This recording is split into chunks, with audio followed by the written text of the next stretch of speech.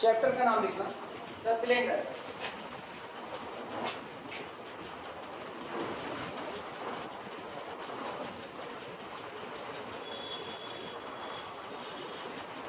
हिंदी जानते हो?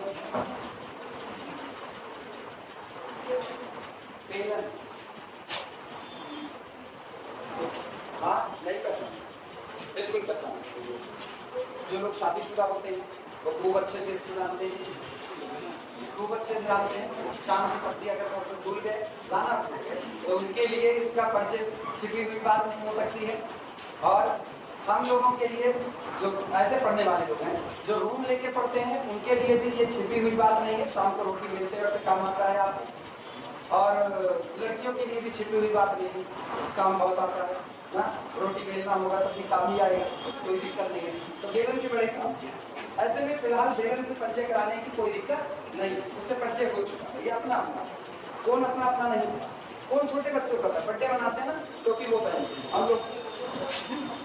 कल को हो सकता है, ऐसा पॉसिबल हो सकता है, हम में से कुछ लोग खाने के लिए तैयार हैं, तुम में से कुछ लोग देने के लिए तैयार हैं। पॉसिबिलिटी है ना, आवाज समझा। बाकी तो हमने से कुछ खाने के लिए तैयार है, नहीं समझ पाया। तो मैथ वाले वो शार्प माइंडेड रहिए, बात समझो। कल को हो सकता है इन फ्यूचर तुम सब्जी भूल जाओ, इन फ्यूचर तो ऐसा पॉसिबल है। लिखना सरफेस टेंस, सुनो होता क्या है ध्यान देना। एक नीचे आपको एक कर्व दे दिया गया, एक कर्व दिया गया और आपको एक लाइन दे दी गई, स्ट्रेट लाइन। वो स्ट्रेट लाइन इस तरीके से मूव करे कि नीचे वाले कर्व को इंटरसेक्ट करे, नीचे वाले कर्व को इंटरसेक्ट करे और मूव करती हुई एक सरफेस को जनरेट करे। वो जो सरफेस को जनरेट करेगी उस सरफेस आपका क्या कहलाएगा? बेलन कहलाएगा, यानी सिलेंडर। आज बात समझ में? चलो देखते हैं शुरुआत करते हैं।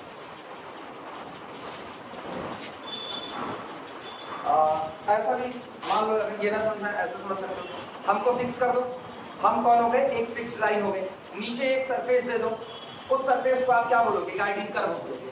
अब एक लाइन इस तरीके से मूव करे कि वो हमेशा फिक्स्ड लाइन से एक निश्चित दूरी पर बनी रहे, निश्चित दूरी पर, और नीचे दिए गए गाइडिंग कर्व को वो क्या करे? इंटरसेक्ट करे या टच करे, जैसा भी हो केस।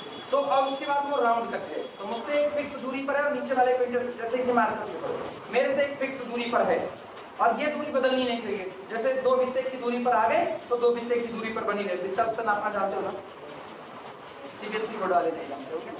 बित्ता ऐसे नापा जाता है, इसको कहते हैं एक बीता, ये हो गया दो बीता, ये हो गया तीन बीता, ठीक है।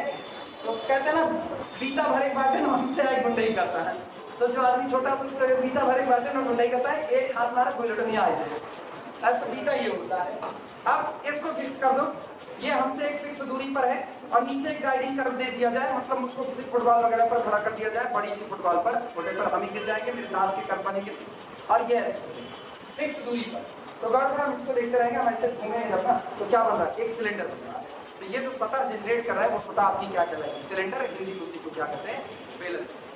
चलो लिखने की शुरुआत करना। Surface generated by a variable line. Definition, definition, surface generated by, surface generated by a variable line, generated by a variable line, surface generated by a variable line which remains,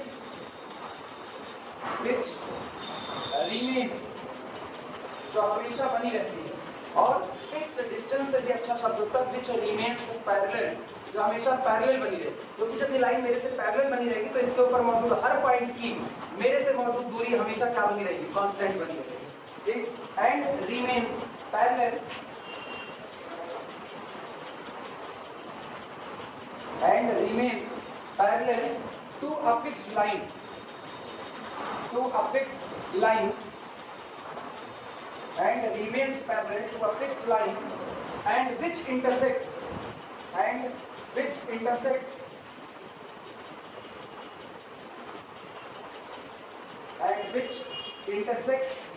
the given curve the given curve और किसी दिए गए curve को क्या करें intersect करें which intersect the given curve comma known as cylinder known as cylinder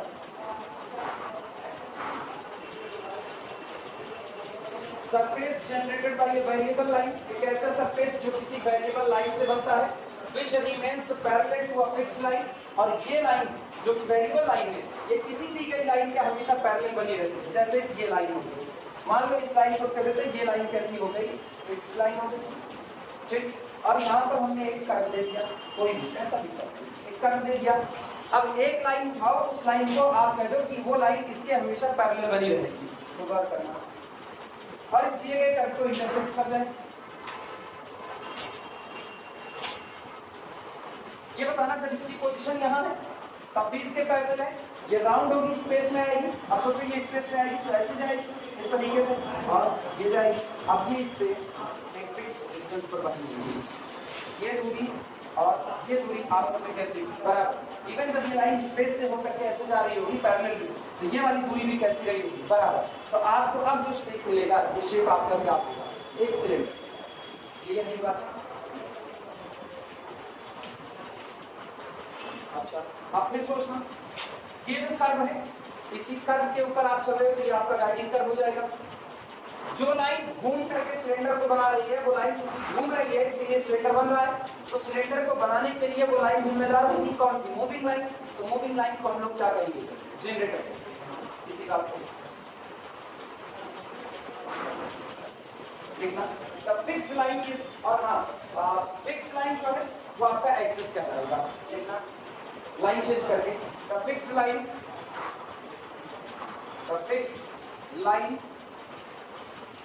is called axis जो fixed line है वो एक्सेस के नाम से जानी जाती है axis of the cylinder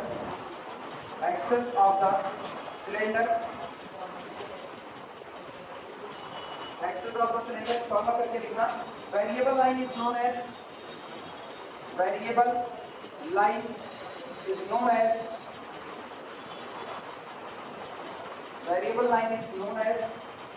generator of cylinder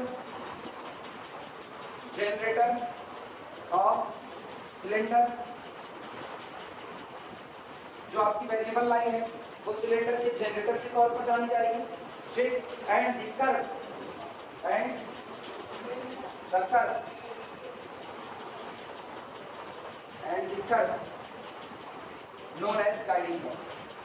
known as guiding curve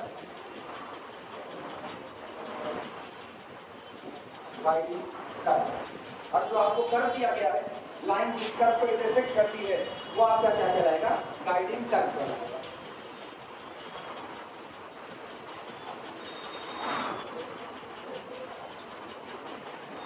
अब हम लोग देखते हैं कि जनरल फॉर्म में सिलेंडर का इक्वेशन कैसे निकाला जा सकता है क्या क्या इंफॉर्मेशन आपके पास रहे कि आप उन इंफॉर्मेशन का इस्तेमाल करके सिलेंडर का इक्वेशन लिख सकते हैं ये पूरा लिख लो तो फिगर अगर बनाना चाहो आप फिगर बना सकते हो ऐसे मगर बना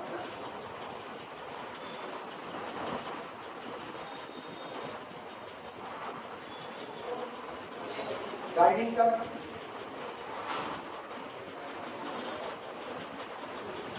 कर्व फिक्स्ड लाइन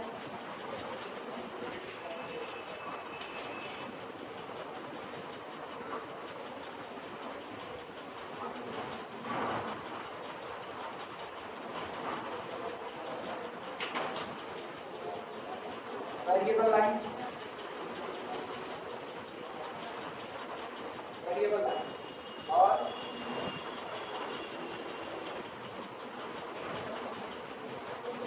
अब जो सतह बन रही ये इंटरसेक्ट हुआ है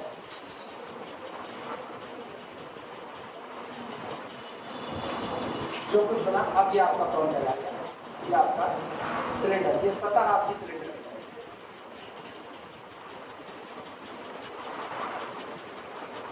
फिक्स्ड लाइन किससे जानी जाएगी एक्सेस के नाम से जानी जाएगी वेरिएबल लाइन किस नाम से जानी जाएगी जनरेटर अब ये आपको गाइडिंग कर रही है, चल नोट कर लो, इसी का समान कर सकते हैं।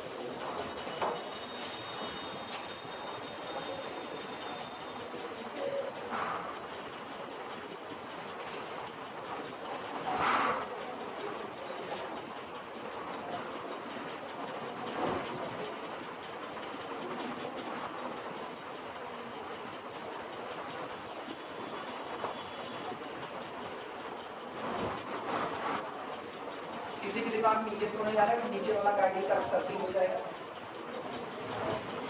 अगर आया हो तो ये बात आप में भी मत सोचना, नीचे का गाइडिंग का तो सर्किल होगा, ये बात आप में भी मत सोचना। तो वही गलती फिर कर रहे हो तुमने कॉल की शुरुआत भी की। हाँ या ना? ये बताओ भैया, एक सिलेंडर लो, एक सिलेंडर लो, ठीक, और उसके एक पतले से एरिया को चुनो, पतले से एरिया, और पतले से एरिया को हथौड़ी से पीट करके अंदर डाल दो। बाहर से दिखने में क्या वो सिलेंड्रिकल शेप है कि नहीं? अरे ये सब विजुलाइज हो पा रहा है कि नहीं हो पा रहा है? सुनो, एक सिलेंडर रखा गया है, परफेक्टली गोल सिलेंडर, हाँ या ना? अब आप एक काम करो, हथौड़ी उठाओ और उसका एक पट्टी वहीं पर मार्किंग कर लो, एक पट्टी, और उतने पट्टी के हिस्से पर हथौड़ा चलाते हुए उसको अंदर की तरफ खिंचका। हो सकता है कि नहीं हो सकता? बाहर से देखने पर क्या वो सिलेंड्रिकल शेप नजर आएगा कि नहीं? लेकिन क्या वो परफेक्टली राउंड शेप में है?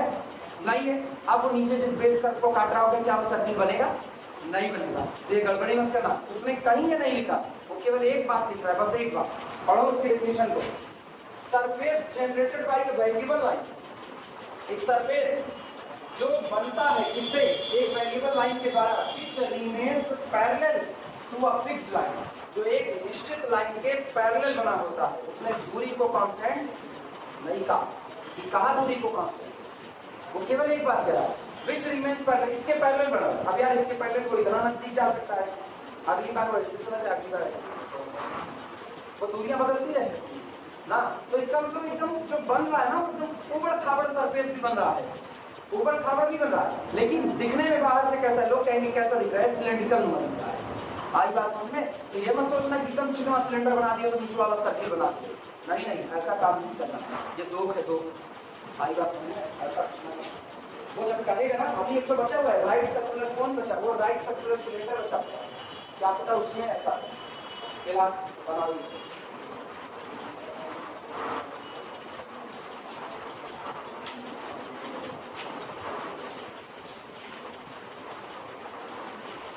पानी की बोतल, पानी की बोतल सिलेंड्रिकल शेप होती है कि नहीं? अरे पानी की बोतल ये वाली नहीं, मेडिकल का बहुत चिकनी है, इसकी बात नहीं कर। पानी की बोतल जो ये सप्लाई करते हैं, नीली वाली बोतल सिलेंड्रिकल शेप में आती है कि नहीं? उसका मुंह काट दो, उसका मुंह काट दो, बाकी जितना हिस्सा बचा वो सिलेंड्रिकल, लेकिन देखो ऊपर खाबड़ इधर उधर होता है, उसका सरफेस अलग अलग होता है, हाँ है ना? तो ये आपका कैसा है? सिलेंड्रिकल सरफेस है, वो पूरा सरफेस उसका सिलेंड्रिकल है, लेकिन डिस्टेंस उसने फिक्स नहीं, वो डिस्टेंस कैसी हो बदल।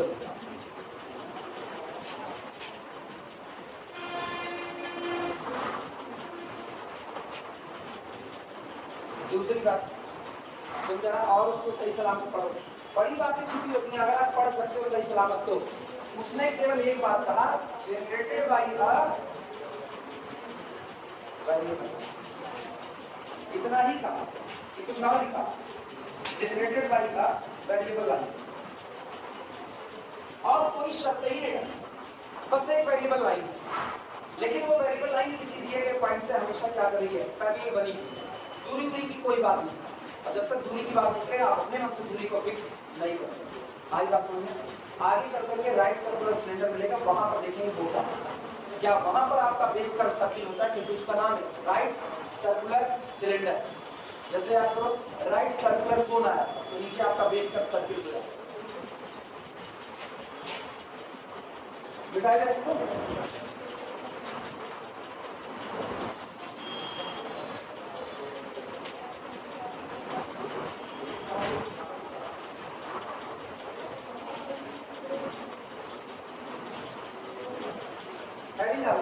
equation of cylinder, heading equation of cylinder,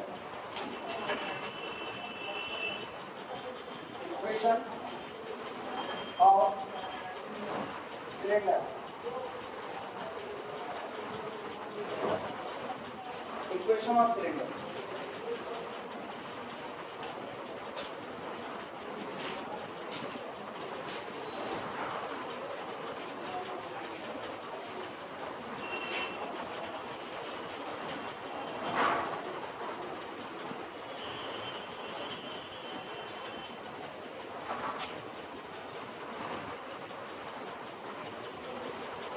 बात सुनो, कुछ पर्टिकुलर बातें करनी पड़ेगी यहाँ पर। अपने को ना थोड़ा सा अपने को रेस्ट्रिक्ट करना पड़ेगा।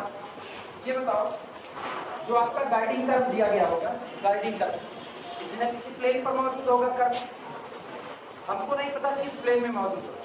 तो इनिशियल में हम लोग बात कर रहे हैं कि मान लिया ये जो आपका गाइडिंग कर्व बना हुआ है, ये गाइडिंग कर्व आपका एक्स वाई प्लेन में बना हुआ है, यानी एक्स वाई प्लेन में z इज इक्वल टू कितना हो जाएगा, 0। तो हम गाइडिंग कर्व का इक्वेशन लेने चल रहे हैं f of x Y is equal to 0, z is equal to 0। अभी बताना, अगर हम बेस कर्व एक्स वाई के पैरेलल कर दें तो ये z is equal to alpha हो जाएगा कि नहीं हो जाएगा? सहमत हो इस बात से? तो प्लेन कुछ भी हो, बाद में वो डील हो जाएगा, लेकिन बेसिकली जब आप शुरुआत कर रहे हो तो आप बेसिकली किस प्लेन को जानते हो, एक्स वाई प्लेन को। तो हम अपना बेस कर्व कहाँ मान लेते हैं, एक्स वाई प्लेन में मान लेते हैं, गाइडिंग कर्व। आई बात समझ में? अगली बात सुनना, अगर हम यही कहें कि अब जो गाइडिंग कर्व दिया गया है वो एक्स वाई प्लेन में ना होकर के वाई जेड प्लेन में है, तो यानी बेस कर्व का इक्वेशन क्या लिखोगे, किस प्लेन में हो, वाई जेड प्लेन में। तो एक हिस्सा आपका y और z के फॉर्म में लिखा जाएगा, तो function of y z is equal to 0, क्योंकि आप मौजूद का y z प्लेन में, तो आपके पास जो दो वेरिएबल होंगे वो y होंगे और z होंगे, और पूरे में x बराबर कितना होगा, 0। तो common x is equal to, ये आपका बेस कर्व होगा। अब अगर बेस कर्व आज तो y z में है तो ये हो गया, x y में तो ये हो गया। अगर यही बेस कर्व x z में हो तो क्या होगा, एक्स जेड में अगर ये बेस कर्व मौजूद होगा तो इसका इक्वेशन क्या लिखोगे, function of x comma z is equal to 0 comma y is equal to 0। ये आपका बेस कर्व, हाँ या ना? सहमत हो इस बात से? यही हम लोग करने चल रहे हैं। तो शुरुआत में हम लोग जो मान रहे हैं एक जनरल लिख रहे हैं, उसमें हम लोग निकालने चल रहे हैं equation of the cylinder when our guiding curve present in the xy plane. हम तब सिलेंडर का इक्वेशन निकालने चल रहे हैं जब मेरा गाइडिंग कर्व कहाँ मौजूद है, xy प्लेन में। बाकी कोई भी केस दिया जाएगा आप कर सकते हो। सहमत हो इस बात से? भाई जब एक्स वाई प्लेन में हो तो z बराबर कितना पुट कर दो, 0। और अगर एक्स वाई प्लेन की बजाय कोई और प्लेन दे देगा तो जितना देगा उतना रखेंगे। समझ में आई बात?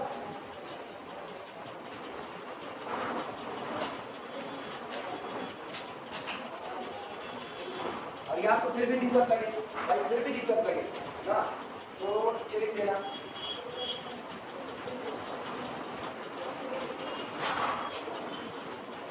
हेडिंग के अंदर फाइंड। अब तुम्हारे लिए बिल्कुल तकलीफ नहीं होगी, बना कहो तो अपनी मर्जी से लेंगे, अब नहीं। Find equation of a cylinder, find equation of a cylinder, कर सकते हो ना, गोल की तरह आरटी खत्म, सीधे न्यूमेरिकल से शुरुआत करें, आरटी खत्म। लेकिन ये जनरलाइजेशन है, अब इसमें हम डिजिट डालते रहेंगे, एक एक अलग अलग न्यूमेरिकल बनता रहेगा। सबसे पहले एकदम जनरल न्यूमेरिकल कराते हैं। Find the equation of a cylinder, आप एक सिलेंडर का इक्वेशन निकालिए, whose generator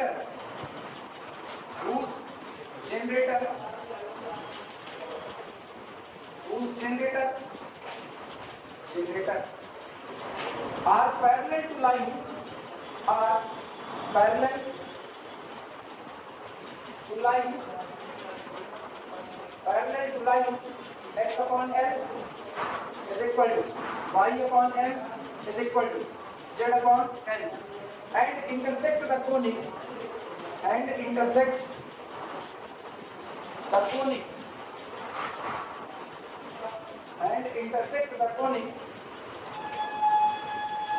ax square plus 2hxy plus by square plus 2gx plus 2fy plus c बराबर 0, comma z is equal to 0।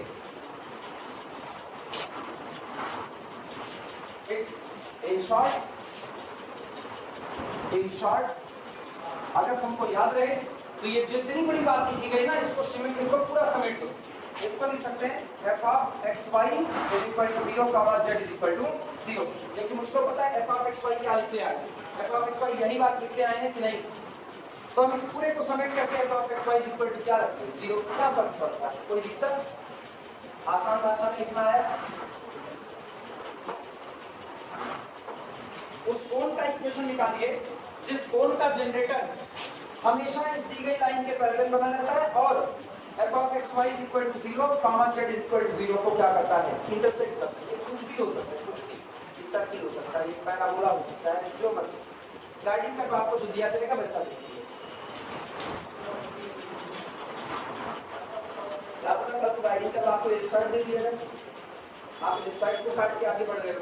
कोण में भी तो यही हुआ था, अभी इन्वर्टिंग कोण की किससे में लेफ्ट साइड को लेकर के चले थे, यहाँ भी वही तीनों चीजें मिलेगी। सुनो, वहाँ कोण मिला था, बिल्कुल डिट्टो वैसे ही पढ़ाई करेंगे, वहाँ कोण मिला था और क्या मिला, राइट सर्कुलर कोण मिला, फिर क्या मिला, इनवलपिंग कोण। यहाँ भी यहाँ पर पहले सिलेंडर मिलेगा, फिर राइट सर्कुलर सिलेंडर मिलेगा, फिर इनवलपिंग सिलेंडर मिलेगा। और अब तुमको पता है इनवलपिंग सिलेंडर क्या होता है, अब पता लाइन को आप ऐसा खींचो कि अपने गाइडिंग कर्व को इंटरसेक्ट ना करे, बल्कि क्या करे, टच करती हुई जाए। तो आपने क्या किया, सिलेंडर के अंदर में किसी चीज को बंद कर दिया, अब वो क्या बन चुका है, सिलेंडर, इनवलपिंग सिलेंडर। आई बात समझ में, बस यही किया। सॉल्यूशन, सॉल्यूशन प्रॉब्लम के ही तौर पर सॉल्व करते हैं। सबसे पहले जो दिया गया है उसकी बात करते हैं, ध्यान देना। कह रहे हैं जो जनरेटर है वो इस लाइन के पैरेलल है, जनरेटर जिस लाइन के पैरेलल होता है वो लाइन क्या कहलाती है, जनरेटर जिसके पैरेलल है वो क्या कहलाती है, एक्सेस है। तो आपको सबसे पहले एक्सेस दिया गया है, x by L equal to y by M equal to z by N, ठीक। इक्वेशन नंबर 1 यहाँ लिख देना एक्सेस। ये आपके सिलेंडर के लिए किसका काम करेगा, एक्सेस का काम करेगा। इसके बाद आपको दिया गया f of x comma y is equal to 0 comma z is equal to 0। Equation number 2। ये कौन है, ये कौन, गाइडिंग कर्व, गाइडिंग कर्व। अरे दिमाग एक्टिवेट रखो, एकदम नया चैप्टर है ना, नीचे से बिल्कुल टच में नहीं, नया चैप्टर का सही लाइन लाइन का टच है, प्लेट का टच है, और है क्या, बाकी तो सब जान ही रहे, कुछ नहीं इसमें, इसीलिए दिमाग एक्टिवेट रखो, तुरंत आएगा। अभी सीख लोगे यहाँ पर ना, इसको सीख लोगे 4 मीटर पीछे लगा सकते, क्योंकि आर्टिकल चल रहा है। बदलेगा क्या, गाइडिंग कर्व बदलेगा, और क्या बदलेगा, लाइन बदलेगी, बाकी सारा किस्सा। अब सोचो ये कितना भी बदल जाए, हम तो जनरलाइजेशन में चल रहे हैं, तो पार्टिकुलराइजेशन तो लगी जाए। ये लिखो,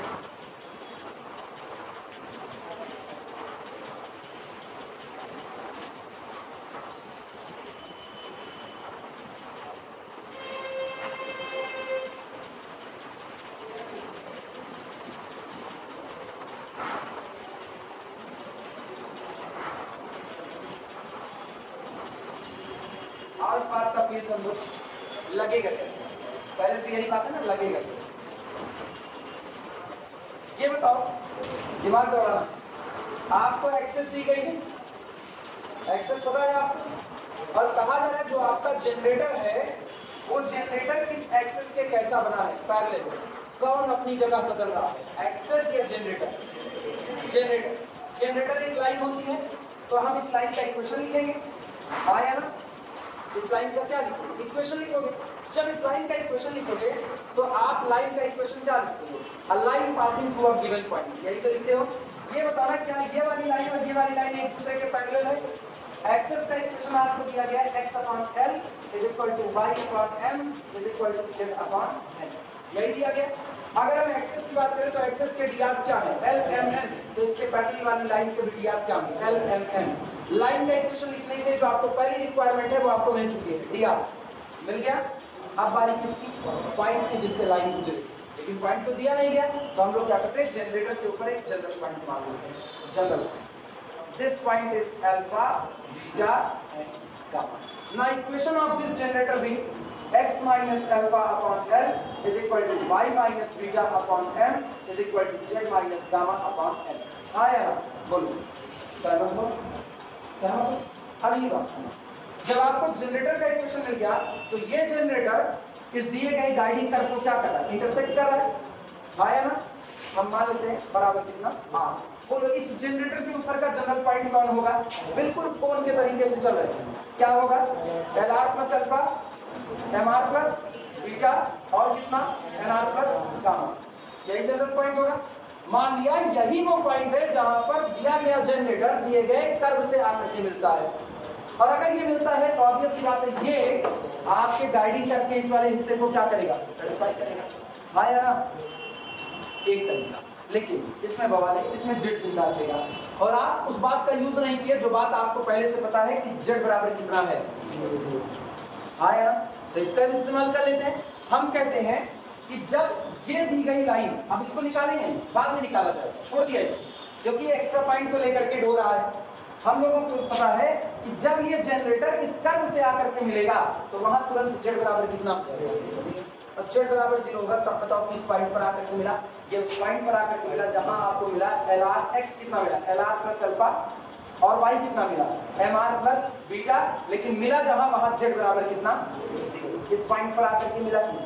Now this point must lie on the guiding curve, and if it satisfies the equation of guiding curve, it satisfies the first part. तो आपने यहाँ पर रख दिया f of x की जगह पर क्या रखो, बोलो, x की जगह पर LR प्लस अल्फा, y की जगह MR प्लस बीटा रख दिया। और बाद में तुमको एक काम करना है, तुमको इस लाइन का लोकस निकालना है।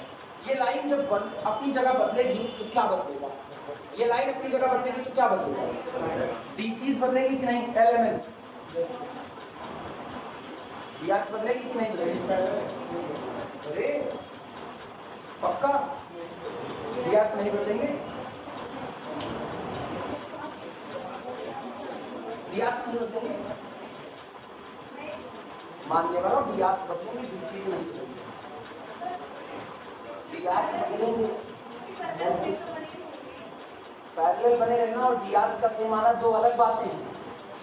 अरे तुम लोग ना सही गोड़ दोगे, हमको गोड़ दोगे, मेरी पढ़ाई गोड़ दोगे, बात बोल लूँगा। DRs बदल सकते हैं, क्या नहीं बदल सकते, DCs नहीं बदलेगा। एक लाइन के कई DRs होते हैं, पहले ही बताऊँ, तुम कहो मैं के लाइन के इनफाइनाइट DRs बदल देंगे, हाँ या ना, DCs नहीं बदल सकता।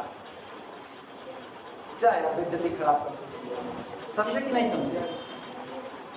अब और भाषा में कहें, आजमगढ़िया भाषा, बुझला के ना बुझले, आजमगढ़िया भाषा में बुझले ना बुझले, सुनो इधर बात सुनो, ये लाइन है, ये लाइन है, हम कह रहे हैं इस लाइन के लिए जो DCs है, इस लाइन के लिए जो DCs है, वो DCs आप हमेशा यूनिक रहेंगे, वो नहीं बदलेगी। DRs आप दम पे दम बदल सकते हो यार, DCs के प्रोपोर्शनल जितना नंबर आता है वो सब क्या कहलाता है, DRs कहलाता है। अगर दो लाइनें एक दूसरे के पैरेलल हैं तो DRs का रिलेशनशिप बताओ, दो लाइन अगर एक दूसरे के पैरेलल है तो A1/A2 बराबर B1/B2 बराबर C1/C2, आया ना, बोल भैया आया ना। अब हम A1 चुन रहे हैं, A1 हमने चुना 3, आया ना। B1 चुनो, B1 चुन लेते हैं 2 और C1 चुन लेते हैं 1, 3 2 1। अब A2 B2 और C2 को ऐसा चुनो ना, ये रेशियो बराबर है, ऐसा चुनो ये रेशियो बराबर है, बताना।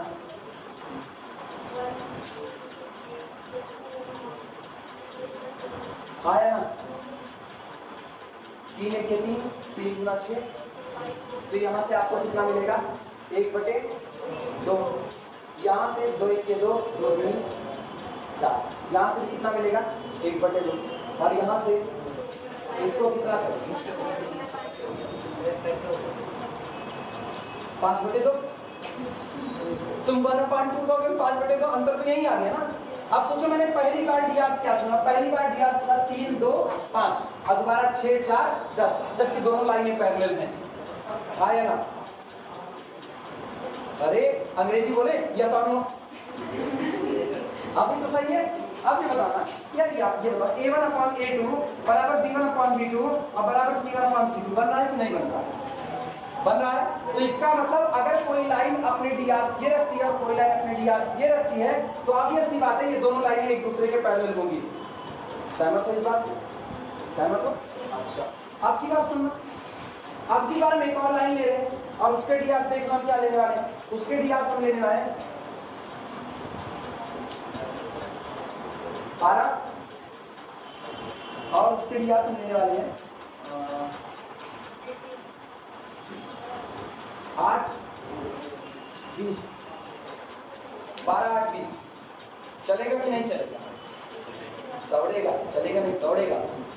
6/12 कितना आएगा, 1/2, 4/8, 1/2 और 10/20, 1/2, मतलब ये भी चल सकता है, ये भी चल सकता है। तो ये बताओ भैया लाइन तो पैरेलल है, हाँ या ना, लाइन पैरेलल है, उसके बावजूद भी DRs अलग लगा रहे हैं कि नहीं आ रहे हैं। DCs नहीं बदलेगा, DCs सेम रहने वाला है। DCs जरा निकाल करके देखो कि वो बदल जाएगा, DCs नहीं बदलेगा, वो यूनिक रहेगा।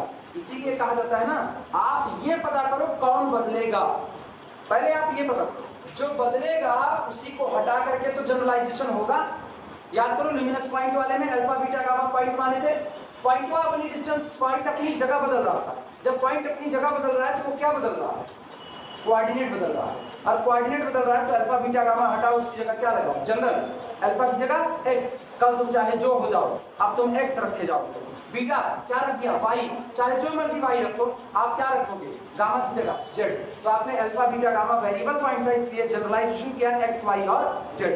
अब तुम बताना, ये जनरेटर है, जनरेटर इसके पैरेलल बना हुआ है, तो जब जनरेटर इसके पैरेलल बना हुआ है तो जनरेटर जब अपनी पोजीशन बदलेगा तो डी, आपके डी आर्स बदलेंगे कि नहीं बदलेंगे, अब तो बदलेंगे ना, अब तो एक्सेप्टेबल है, तो डी आर्स बदल रहे हैं, और आपने डी आर्स क्या माना है, एल एम और एन, तो इसका मतलब है एल एम और एन को क्या कर दो, जनरलाइज कर दो। जनरलाइज करने का मतलब एल एम एन को क्या करो, एलिमिनेट कर दो, और एलिमिनेट करने के बाद किस फॉर्म में रख दो, एक्स के, वाई के और जेड के फॉर्म में। रख सकते हो कि नहीं, फोन में खूब रखना सिखाए हैं, रख सकते हो, अभी फिर सिखा रहे हैं, कर सकते हैं। और जैसे आपने यहाँ पर सोचो F of x Y is equal to 0 में आपने कौन सा पॉइंट रखा, L R plus alpha M R plus beta और 0, इसको रख दिया, और रखने के बाद आप एक काम करो, आप एल एम एन को एलिमिनेट कर दो, किसके फॉर्म में, एक्स वाई जेड के फॉर्म में, जो बचेगा वो आपका क्या हो जाएगा, that's the equation of cylinder, because this is the locus of variable line. ये लोकस होगा किसका, वेरिएबल लाइन का लोकस होगा। आई बात समझ में, चलें सॉल्व किया जाए। तुम लोग मतलब डियास से नहीं होते, अरे इतना सिखाने के बाद तुम लोग डियास वाले चक्कर में उलझ गए, आज से गड़बड़ी करोगे यार, हो चुका है, फिर तो मेरा पढ़ाना बेकार होगा।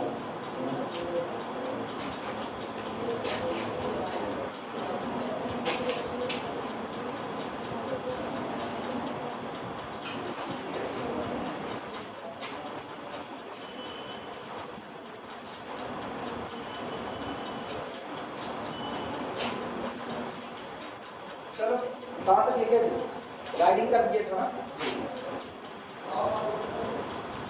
लिखना इसके बाद लिखना, late alpha beta gamma be any point, late alpha beta gamma be any point, B any point on generator. हम अपनी मर्जी से मान रहे हैं, माना अल्फा बीटा गामा जनरेटर पर दिया गया कोई भी एक पॉइंट, तब उस लाइन का इक्वेशन जो अल्फा बीटा गामा से गुजरती है और एक्सेस की क्या बनी हुई है, पैरेलल बनी हुई है on generator, then equation of generator, then equation of generator will be, अब ऐसे में जनरेटर का इक्वेशन हो सकता है, equation of generator will be x minus alpha upon L is equal to y minus beta upon M is equal to z minus gamma upon N। अब तुम एक बात पूछ सकते हो, सर क्यों आप डीआर को सेम कर दिए जब बदल रहे हैं, तो पूछ सकते हो, पूछ के देखो, नहीं पूछोगे, बताओ क्यों हम एल एम एन चुन दिए, क्योंकि मुझको कोई तकलीफ नहीं होगी, इसलिए नहीं होगी क्योंकि मुझको जो चुनना है वो एल के प्रोपोर्शनल, एम के और एन के प्रोपोर्शनल चुनना है। तो हम जो अपना जनरेटर बना रहे हैं, जनरेटर के डी हम ले लेंगे एल लैम्डा, एम लैम्डा और कितना, एन लैम्डा। अब जब हम रखेंगे तो lambda lambda lambda cancel out होगा, बचेगा क्या, एल एम और एन बचेगा, तो मुझको कोई दिक्कत होने वाली नहीं है, इसीलिए हम एल एम एन को चुन सकते हैं। लेकिन दिमाग नहीं बांधेंगे कि हर बार एल एम एन ही आएगा, कोई जरूरी नहीं, वो बदल भी सकता है, थीसिस होता तो लंब होता। देखना ये नोट करो, और कई क्वेश्चन हो चुके हैं, दो, इसे नाम है इक्वेशन नंबर। अब ये जनरेटर गाइडिंग कर्व से टकराएगा, लेकिन गाइडिंग कर्व पर z बराबर कितना है, 0, तो जिस दिन ये गाइडिंग कर्व से टकराएगा और जिस पॉइंट पर टकराएगा उस पॉइंट का x कोऑर्डिनेट मिलेगा, y कोऑर्डिनेट मिलेगा, लेकिन z कोऑर्डिनेट क्या मिलेगा, 0 मिलेगा। ये नोट करो, तो लाइन में लिखा है।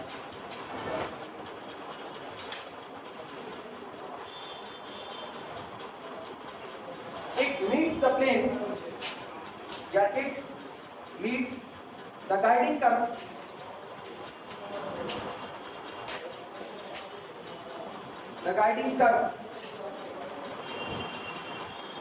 at the point where z is equal to 0।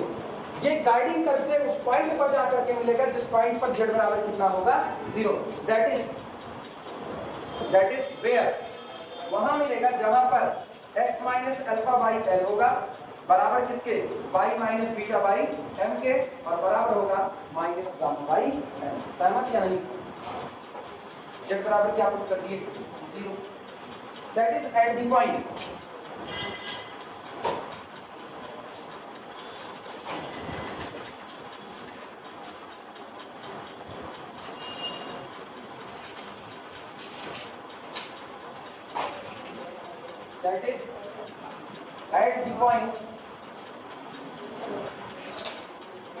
that is at the point जिस पॉइंट पर मिलेगा वो पॉइंट बोलो कौन सा होगा, बोल भैया alpha minus L gamma by N, अगला बोलो beta minus M gamma by N, और गामा कितना 0।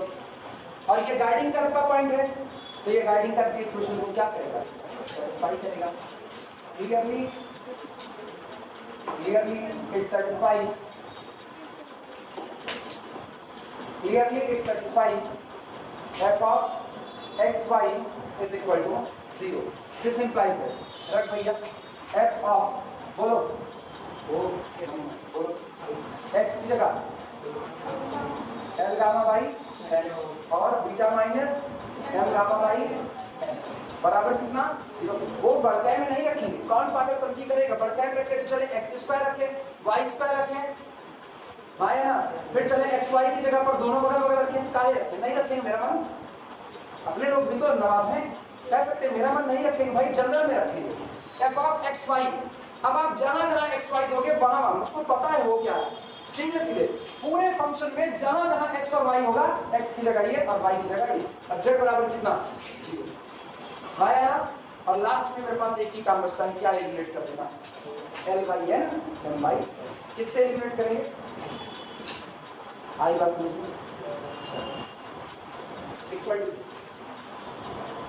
आपको वेरिएबल लाइन का लोकस निकालना है। Variable line L M N को एज अ डी आर रखी है, तो आपको इन डी आर्स को एलिमिनेट करना है, तो डी आर एलिमेंट एलिमिनेट करो। नाउ एलिमिनेटिंग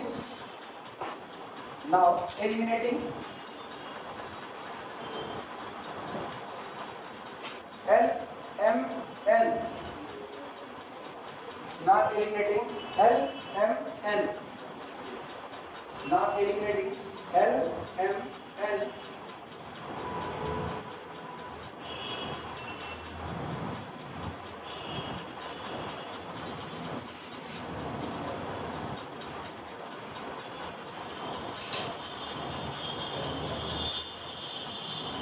लैंग्वेज में शॉर्ट कर देना, कम जरूरत है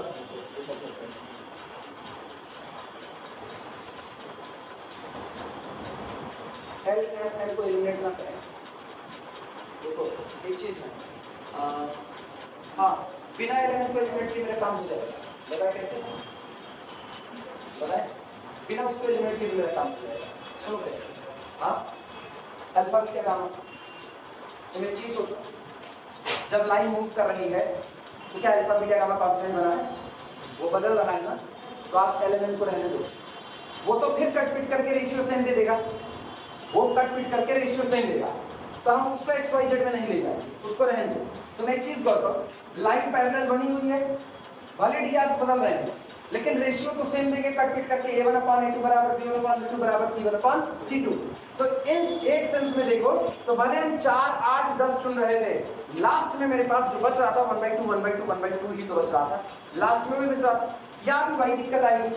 आप चाहे जो लोगे कट पिट करके तो हर बार वही आपका लास्ट में फाइनल एल एम और कौन बचेगा n, उसको एलिमिनेट नहीं करो, जो लास्ट में हर बार बचा मत एलिमिनेट करो। हमारे पास अल्फा बीटा गामा है, उसी को जब पॉइंट यहाँ था, सॉरी लाइन यहाँ पर थी, तो आपका ये पॉइंट था अल्फा बीटा और गामा, लाइन पुट करके यहाँ से यहाँ इसके पैरेलल क्या अल्फा बीटा गामा वही रहा, तो बदल गया, बदल गया, लाइन और घूम के यहाँ चली गई और बदल गया, इसका मतलब अपनी पोजीशन बहुत बदल रहा है। अल्फा बीटा गामा, आप अल्फा बीटा गामा का लोकस निकालो, अल्फा बीटा गामा का लोकस भी क्या बनेगा, सिलेंडर। सोचो इस लाइन का भी लोकस क्या बना, सिलेंडर, और अल्फा बीटा गामा जनरेटर पर मौजूद है ना, तो जो जनरेटर पर मौजूद है, जब ये जनरेटर चलेगा तो वही रास्ता तो कौन तय करेगा? पॉइंट तय कर रहा है, तो इसका मतलब पॉइंट यहाँ होगा। अब सोचो, अगर पॉइंट यहाँ रहा, जनरेटर चल रहा है, तो पॉइंट ऐसे ही घेरा बनाया कि नहीं बनाया? पॉइंट यहाँ ले लो, जनरेटर चल रहा है तो आपकी बार ये घेरा बनाया, तो इसका मतलब अल्फा बीटा गामा उसी पूरे सरफेस पर चल रहा है। तो जिस सरफेस पर अल्फा बीटा गामा चल रहा है वो पूरा surface locus of the alpha beta gamma है। तो क्या एलिमिनेट कर दो? Alpha beta gamma. और कैसे एलिमिनेट करोगे पता है?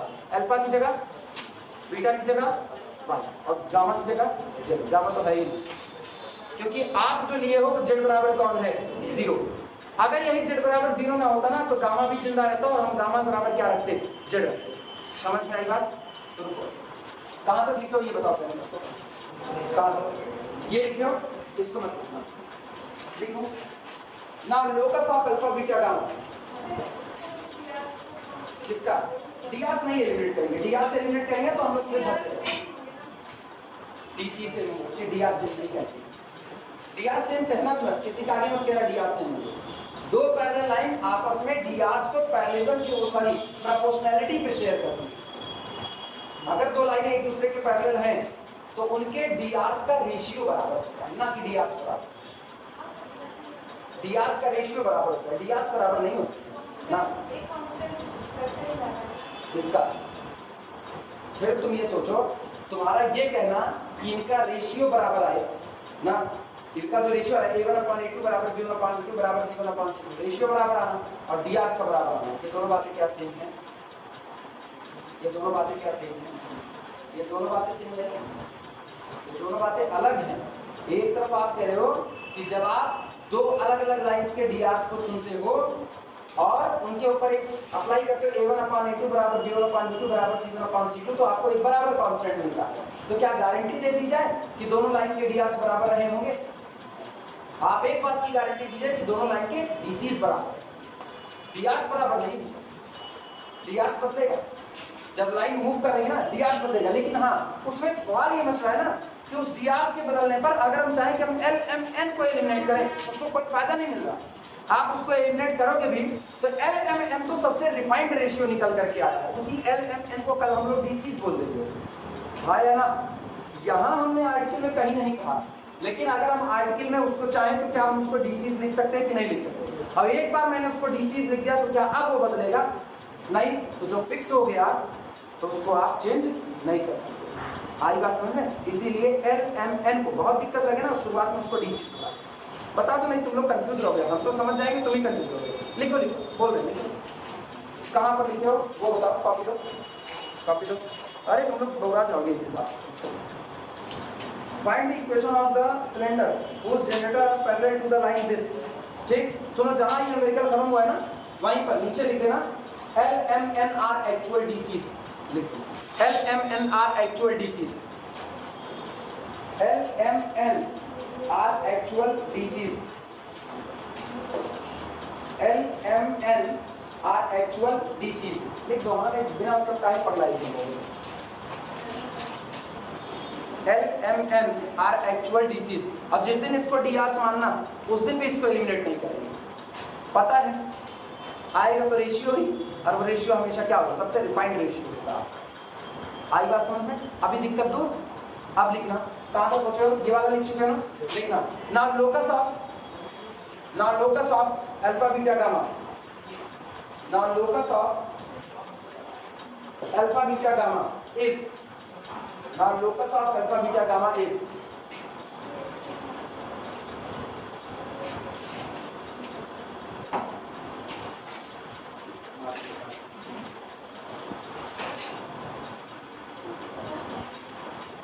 now locus of alpha beta gamma is f of x minus L gamma by n comma y minus m gamma by n is equal to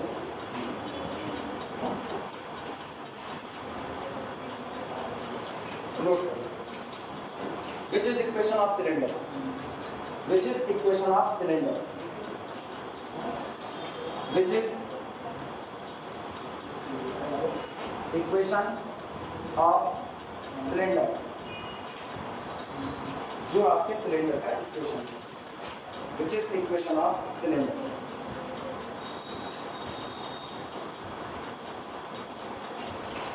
ठीक,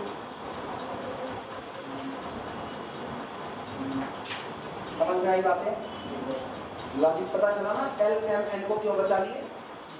वो गड़बड़ाना मत। हेडिंग डाल दो special case, heading special case.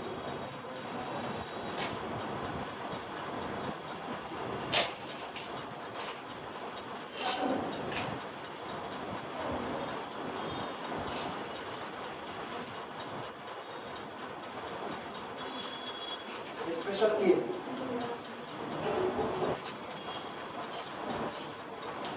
बोले क्या बोला जाए? So लिखना when generator are parallel to, या when generator is parallel to Z axis, when generator is parallel to Z axis. ये किस्सा ये बन रहा है। अब जो जनरेटर है वो एक्स एक्सिस के उसके सॉरी जेड एक्सिस के पैरेलल हो चुका है।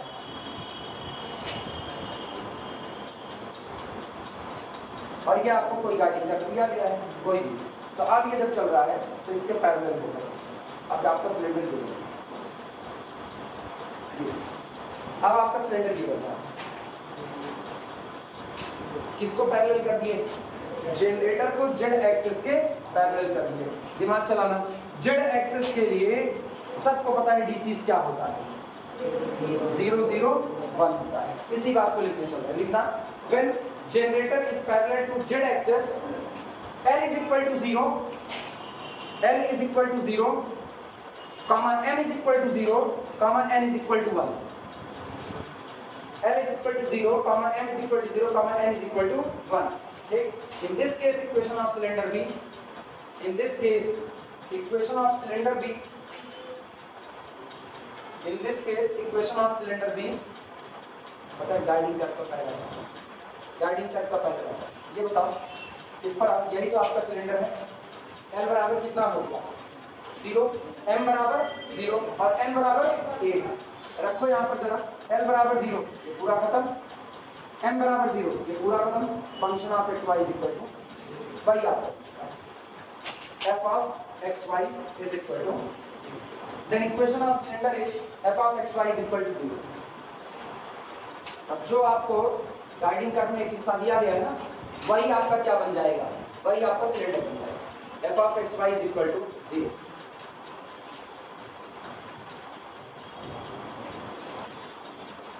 अब ये याद रखना, जब आप 2D में पढ़ते हो, 2D में अंतर सीखो। जब आप 2D में पढ़ते हो तो 2D में f ऑफ एक्स वाई बराबर 0 एक कोनिक रिप्रेजेंट करता है।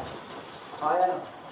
बढ़िया। f ऑफ एक्स वाई बराबर 0 सर्किल हो सकता है, f ऑफ एक्स वाई बराबर 0 हाइपरबोला हो सकता है, f ऑफ एक्स वाई बराबर 0 पैराबोला हो सकता है। लेकिन जब आप इस चीज को 3D में पढ़ते हो तो 3D में f of x Y is equal to 0 कोई कोनिक नहीं बल्कि क्या रिप्रेजेंट करेगा? सिलेंडर रिप्रेजेंट करेगा। आई बात समझ में? बहुत अंतर होता है 3D 2D में। जो फिगर वहां तुमको पिचकू नजर आएगा ना, यहाँ पुट करके खड़ा हो जाएगा। सर्किल वहां पर एक प्लेन में चिपका नजर आएगा। यहाँ पर जब बात करें ना तो यहाँ वो पूरा गोला बन चुका होगा। वहां 1 डिग्री का इक्वेशन क्या नजर आया? लाइन, एक झिलमिल भर की लाइन चली गई। और जबकि जब 3D में आए तो 1 डिग्री का इक्वेशन क्या हो गया? फैल करके पूरा प्लेन बन चुका है। आई बात समझ? जैसे एक सोने की पतली सी चेन 2D में है, वो एक लाइन, उसको रखो, मरे हथौड़ा पीट दो उसी चेन को, अलग से सोना नहीं जोड़ दो कि अलग से जोड़ो, लेकिन उसको पीटे रहो तो एक पत्तुल तैयार हो जाएगा पतला सा। तो पत्तुल क्या हो जाएगा? वो प्लेन बन जाएगा। तो इसका मतलब अब वही चीज उतना ही, अगले से हमने कुछ नहीं किया। जो अब तक मुझको ऐसा लाइन दिख रहा था, फ्रेम ऑफ रेफरेंस चेंज कर दिया तो अब वो मुझको क्या दिखने लगा। तो ये अंतर होता है। जब आप 1 डिग्री का इक्वेशन वहां लिखते हो 2D में, तो आपका फ्रेम ऑफ रेफरेंस 2D का, वहां आप क्या उसको कहोगे? वो लाइन को। जब आप उसको 3D में कहोगे तो 3D में 1 डिग्री का इक्वेशन क्या रिप्रेजेंट करेगा? आई बात समझ? इसी तरीके से f of x Y is equal to 0 जब तक 2D में है तब तक कोनिक है, 3D में आएगा तो क्या रिप्रेजेंट करेगा? सिलेंडर। रिमार्क लगाओ इस बात को, नहीं भूल जाओ रिमार्क। कम गिरा आज गिरी, बोतल तुम्हारी था ना, बोतल तुम्हारी था, किसका? तुम्हारा। तोड़ दो बच्चे, तोड़ दो, काम वाम नहीं है ना, कल पानी पीने के लगे। वो तो गरीब हम लोग लोहे बोतल लेके आते, मटका उटका लेकर के आएगा। कोई गिरा नहीं, बोतल गिरी, बोतल अगर हम लोग मटका लेके आए, रोज बाल मंडी पहुंचे रहे खरीदने के लिए, जैसे पानी पीने निकले फिर फोड़ दें, लिखना नहीं बाद में। इन 2D f of xy equal to 0, in 2D f of xy is equal to 0, represent a conic. In 2D f of xy is equal to 0, represent a conic. But in 3D it represent a cylinder. But in 3D it represent a cylinder. लेकिन ऐसा वैसा cylinder नहीं, खास तरह का cylinder. It represent a cylinder whose generator parallel to z axis, whose generator parallel to x axis, z axis, z जिसकी अंग्रेजी कमजोर है, सिलेंडर लिखने में सिलेंडर लिख सकते ना, सिलेंडर लिख सकते, सिलेंडर नाम होता है ना, उसको थोड़ा सा अशुद्ध लिखना, सिलेंडर कहते नहीं। गाँव में जब नाम होता है, गाँव में बहुत अशुद्ध नाम बुलाते हैं, बहुत इधर ना। अगर किसी का नाम मान लो, जैसे एग्जाम्पल राम यज्ञ, किसी का नाम राम यज्ञ है तो उसको रामजस कहेंगे, अजीब ही। और जैन सर का नाम है जयश नाथ मिश्रा, जैन सर का नाम है जयश ना। ये होता लोग इसका इतना गलत प्रोनाउंस, हम कई बार खुद ही सोचते हैं यार क्या इतना गलत, इनका नाम या तो तुम सीधे सीधे करो जैन सर, लेकिन लोग कहेंगे जयशनाथ सर, और जयशनाथ सर नहीं कह पाते, जयशनाथ बोलते हैं। जैसे मोहम्मद राव ना, ये वाला बोलते हैं, ये खतरनाक नाम है, पता नहीं कैसे लोग प्रोनाउंसिएशन करते हैं इसका।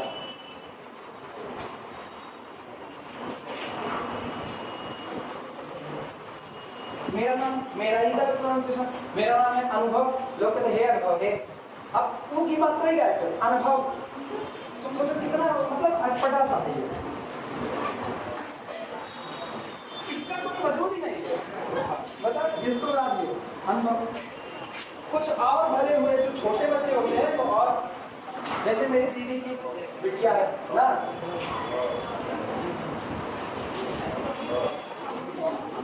वो ये बोलती है हमको, पूछो कौन है, हमको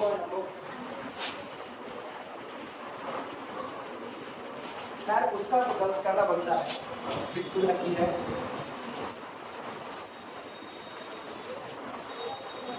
चल भैया आगे बढ़ते हैं,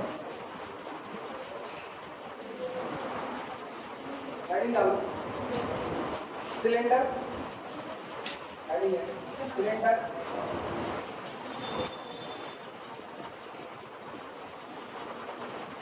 whose generator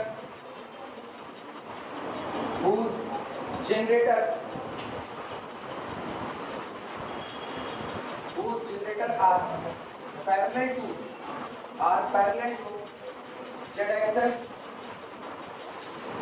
to z axis,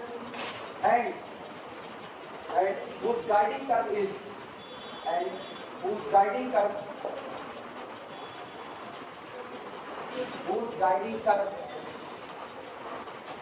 is phi of xyz is equal to 0, psi of xyz is equal to 0। उस सिलेंडर का इक्वेशन जिसका एक्सिस जेड एक्सिस के पैरेलल हो, जिसका जनरेटर जेड एक्सिस के पैरेलल हो और जिसका गाइडिंग कर्व इस तरीके से लिखा जाए।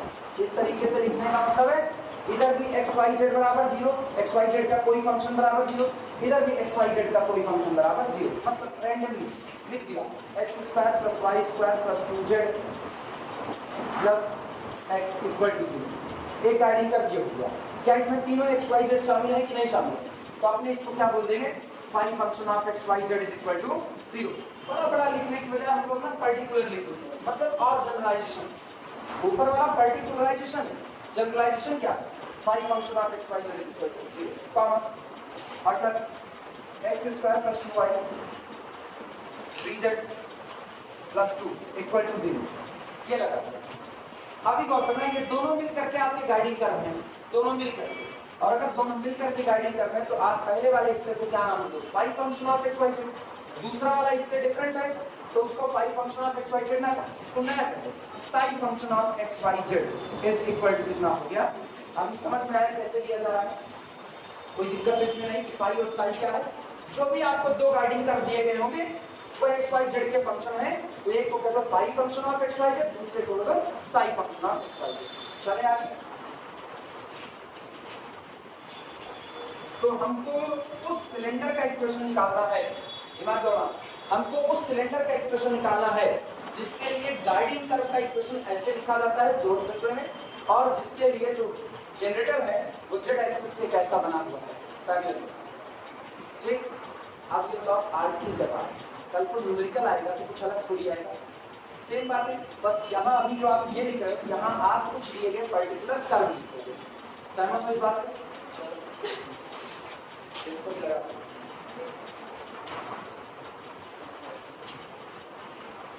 अभी कुछ पढ़े हो, अभी एक रिमार्क करो, जरा रिमार्क बताओ मुझको, रिमार्क बताओ।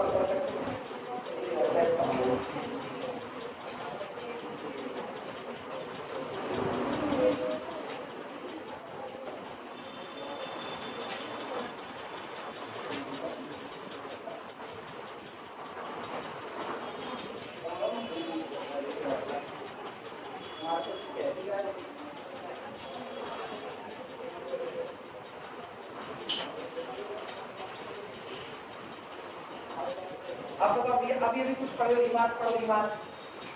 रिमार्क क्या है? 2D में एक्स वाई का फंक्शन क्या रिप्रेजेंट करता है, वो लिखिए। 3D में एक्स वाई का फंक्शन क्या रिप्रेजेंट करता है, एक सिलेंडर। कौन सा? जिसका जनरेटर इसके पैरेलल होगा। क्या इस हेडिंग में भी जनरेटर को जेड एक्सिस के पैरेलल रखा गया है कि नहीं? आया ना? तो इसका मतलब साफ है, अपने को वो तैयार करना है जिसमें केवल एक्स और वाई इन्वॉल्व हो, जेड इन्वॉल्व ना हो। यानी इन दोनों का यूज करो, दोनों में से किसी भी एक का इस्तेमाल करके दूसरे में से जेड को क्या कर दो, एलिमिनेट कर दो। Eliminating Z between these two we get equation of the cylinder. जब तुम जेड को एलिमिनेट कर दोगे तो बचा कौन, एक्स और वाई। और एक्स और वाई में लिखा गया कोई भी एक्सप्रेशन अगर होगा तो यहाँ क्या रिप्रेजेंट करेगा, 3D में सिलेंडर। तो सिलेंडर का इक्वेशन निकालने में कुछ नहीं करना, इतनी बड़ी हेडिंग, इतना छोटा आंसर कुछ ही करता है। एक काम करो, eliminate Z between these two and get cylinder. लिख दो, लिखो eliminating Z between these two, या एलिमिनेटिंग जेड, छोटा लगता है, eliminating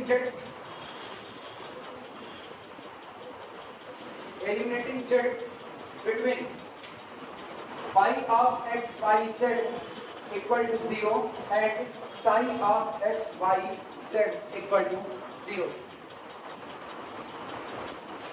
Eliminating z between these two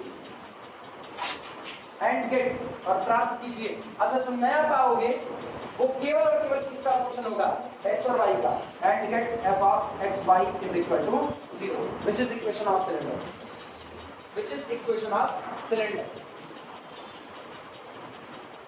which is equation of cylinder.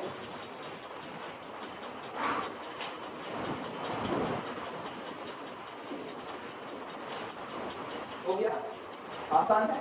आप सुनिए, थोड़ी चीजें अपने दिमाग में जोड़ डालो।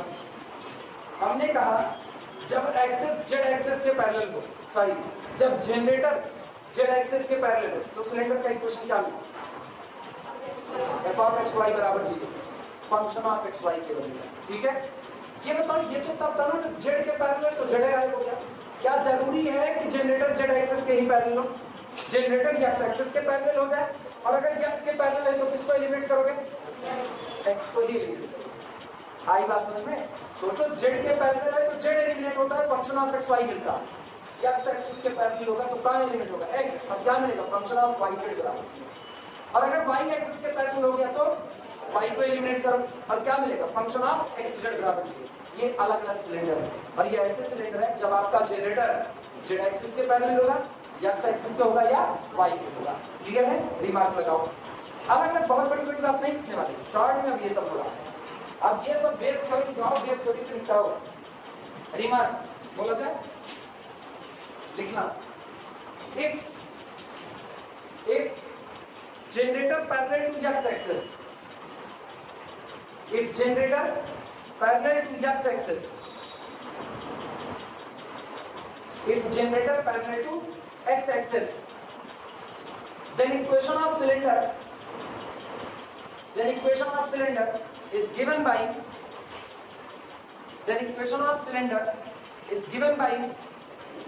eliminating small x.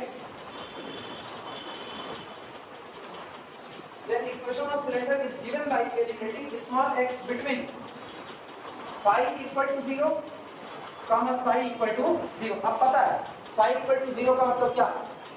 phi function of x y और psi equal to 0 का मतलब psi function of x y. Similarly generator parallel to y axis eliminate y.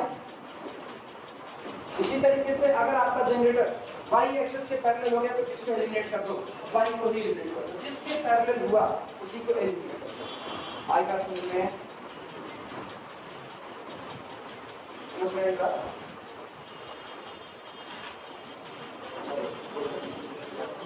आई थक गए जान बस एक सवाल लगा छोड़ दे जान में थक गए. आप लोग 100% नहीं पढ़े आज केमिस्ट्री कहाँ पढ़े? झूठे बोलते हैं. केमिस्ट्री नहीं पढ़ेगा, फिजिक्स तो नहीं पढ़ेगा. तो फिजिक्स वाले 45 मिनट की एनर्जी यूज करते हैं. और वैसे फिजिक्स में प्रोटॉन न्यूट्रॉन फिजिक्स वाले एनर्जी की ही बात करते हैं. ये प्रोटॉन तो ये न्यूट्रॉन तो ये इलेक्ट्रॉन पता नहीं टूटते भी नहीं टूटते अपने नहीं पता. मैथ वाले एनर्जी की बात नहीं करते. मैथ वाले एनर्जी की बात करते तो बवाल होगा. अपने लोग सीधे ना energy goes to infinity tending to infinity. लोग कहते हैं आप स्पीड ऑफ लाइट से ट्रेवल नहीं कर सकते. मैथ वाले कर सकते. क्यों नहीं कर सकते? मैथ वाले बिल्कुल कर सकते. वाह बस हम लोग वाह. Let speed of light multiplied by 0. अब जैसे speed of light multiplied by 0 हुआ स्पीड ऑफ लाइट कितनी होगी? 0. अगर पूरा 0 हो गया तो देखो स्पीड ऑफ लाइट नहीं होगी. ये स्पीड ऑफ लाइट तो यार चल ही नहीं रहे हैं 0. अब गणित वाले के लिए क्या? गणित वाला मतलब आधा पागल, बाकी सब्जेक्ट वाले पूरे पागल.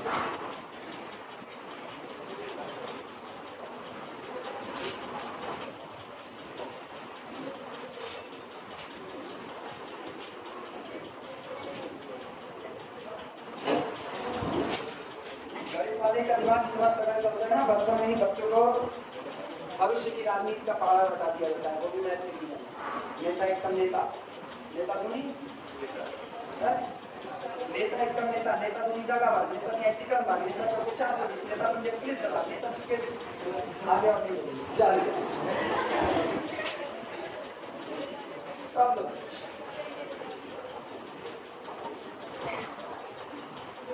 Find cylinder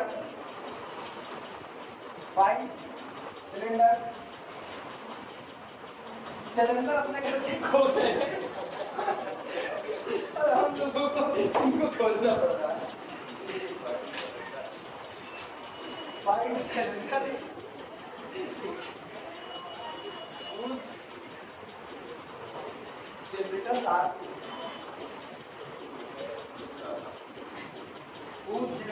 are parallel to, भैया 11 नहीं है पैरेलल का साइन बना रहे हैं. are parallel to x by 1 is equal to y upon minus 2 is equal to z upon 3 and whose guiding curve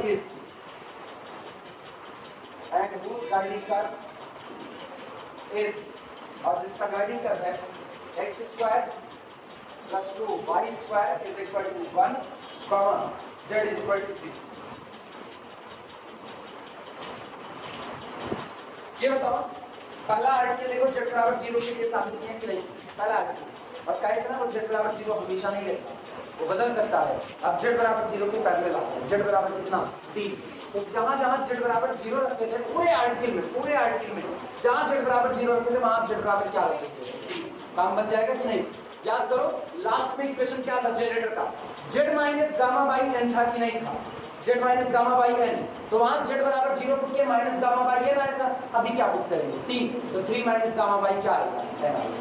लग सकता है? हाँ क्या मतलब इसमें एलिमिनेट नहीं करना, एलिमिनेट तब करेंगे जब एक्स एक्सिस वाई या जेड एक्सिस में से किसी एक के पैरेलल होगा, इसमें लाइन के पैरेलल।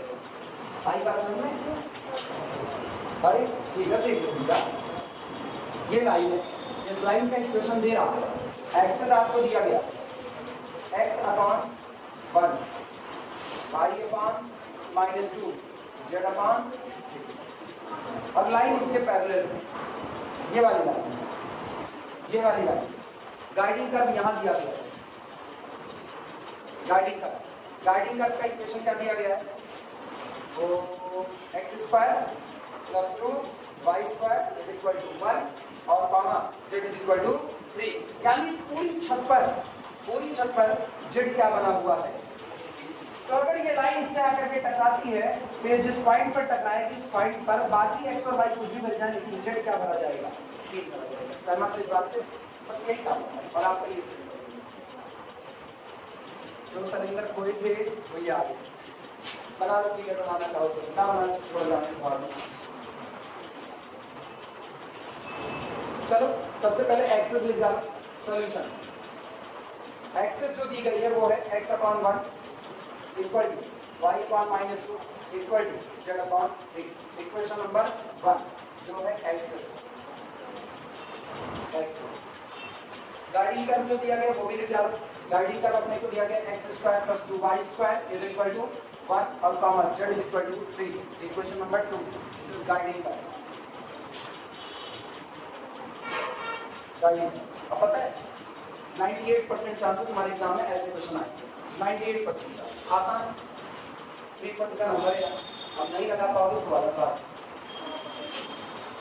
ये आसान भारी वर्गन क्वेश्चन में बनेगा कुछ नहीं, लेकिन हम चाहते हैं कम से कम लॉन्ग आंसर में 3 क्वेश्चन खाली हम चाहते हैं। वो जब तक वो पूछे नहीं जाएंगे ना तब तक बाहर का मार्केट उठेगा नहीं। बाहर का मार्केट धीरे धीरे ना सड़न की तरफ बढ़ रहा है, करवाती नहीं, करवाना चाहिए उसको, वो तुम्हारा अधिकार है उसको तुम बचना। निश्चित तौर वो सवाल किताब में रखे इसलिए गए कि आपका लेवल ऊंचा हो, तो ऐसे सवाल पूछे जाने चाहिए। मुद्दतें भी नहीं ऐसे सवाल को एग्जाम में आए लिखना। अगला काम हम लोग क्या करते थे, जनरेटर के ऊपर का एक जनरल पॉइंट क्या मान लेते थे, अल्फा बीटा और गामा। लिखना, लेट माना alpha beta gamma be any point on the cylinder. अच्छा सिलेंडर पर है तो किसी ना किसी जनरेटर पर होगा, तो जनरेटर कहने की कोई नौबत नहीं आती, सिलेंडर पर कहते हैं। Let alpha beta gamma be any point on cylinder, on cylinder.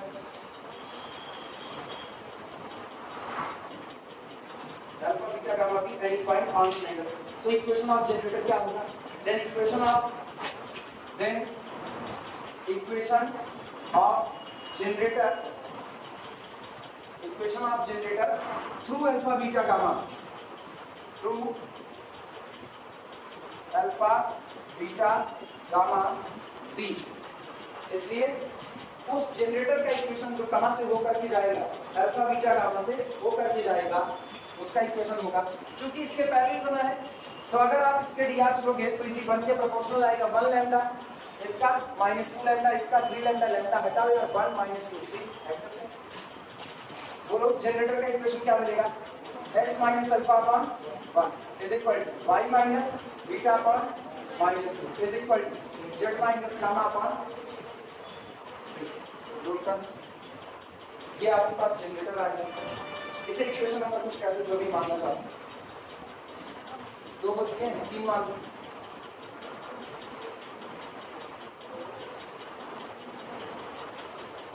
Equation number 3। अब एक काम करो, इस जनरेटर पर शर्त रखो, ये जनरेटर गाइडिंग कर्व को इंटरसेक्ट करेगा और जहां ये गाइडिंग कर्व को मिलेगा वहां z बराबर कितना हो जाएगा 3। It meet the guiding curve, it meet the guiding curve the guiding curve at a point where, जहां पर ये गाइडिंग कर्व से एक पॉइंट पर जाकर के मिलेगा, किस पॉइंट पर, जहां पर z इज इक्वल टू कितना होगा 3, that is at x minus alpha upon 1 is equal to y minus beta upon minus 2 is equal to 3 minus gamma upon आया 1, दैट इज 8 वो मत यार नेक्स्ट थोड़े ऐसे इसी तरह एनर्जी आएगी बार बार आने की तरह कर सकते हो बोले अच्छा ज़्यादा मत करना, गले में देख के काम से चढ़ जाएगी, घरों में जा पाओ, दैट इज एट बोलो पॉइंट 1 इनटू दिस, कोई फर्क नहीं, alpha plus 3 minus gamma by, सही है गलत, गामा, अगला बोलो beta minus 2/3 into 3 minus gamma, सहमत हो इस बात से, सहमत हो, अगला गामा, जबकि जेड कितना रहेगा, ठीक है उसका बवाल नहीं, जेड नोट कर,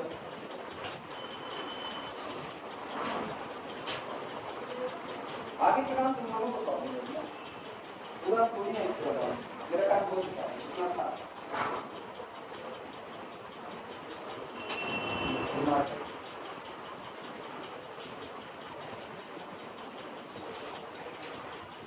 अब ये बताना जनरेटर गाइडिंग कर्व से इसी पॉइंट पर आकर के मिलता है, तो ये पॉइंट गाइडिंग कर्व के इक्वेशन को क्या करेगा, सेटिस्फाई करेगा, लिखना it must lie on the curve, it must lie on the curve, it must lie on the